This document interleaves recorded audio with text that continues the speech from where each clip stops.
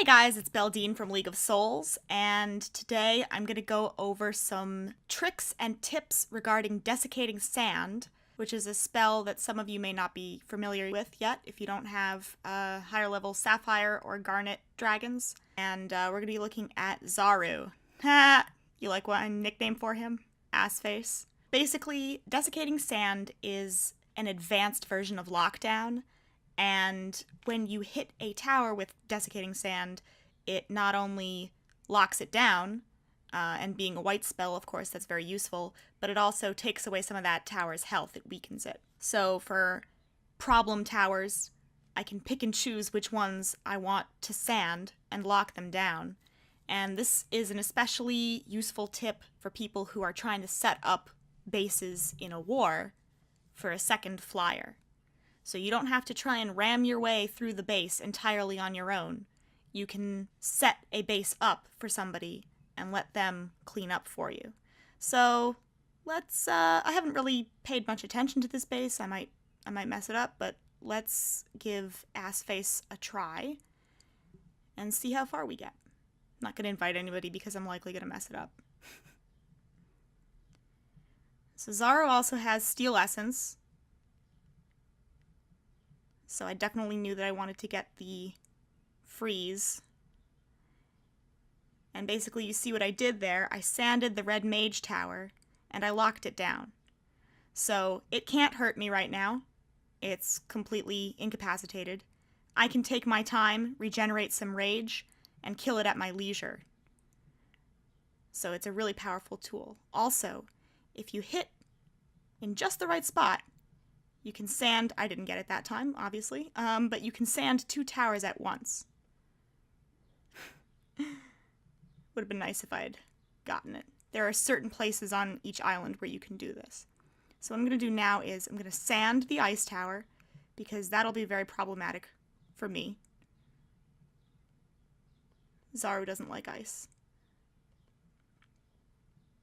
And I'm actually going to leave it so that I can show you guys how a setup works nicely. I'm going to leave all of these alone. Let's say that they were too high level for me to kill them on my own, or let's say that I had some really tough defenders and they were spam repairing. I just leave them. I left them alone. And the reason being is now I can kill the rest of the base that maybe is a little bit more difficult to deal with. Like that tower I underestimated. I can keep going with my dragon.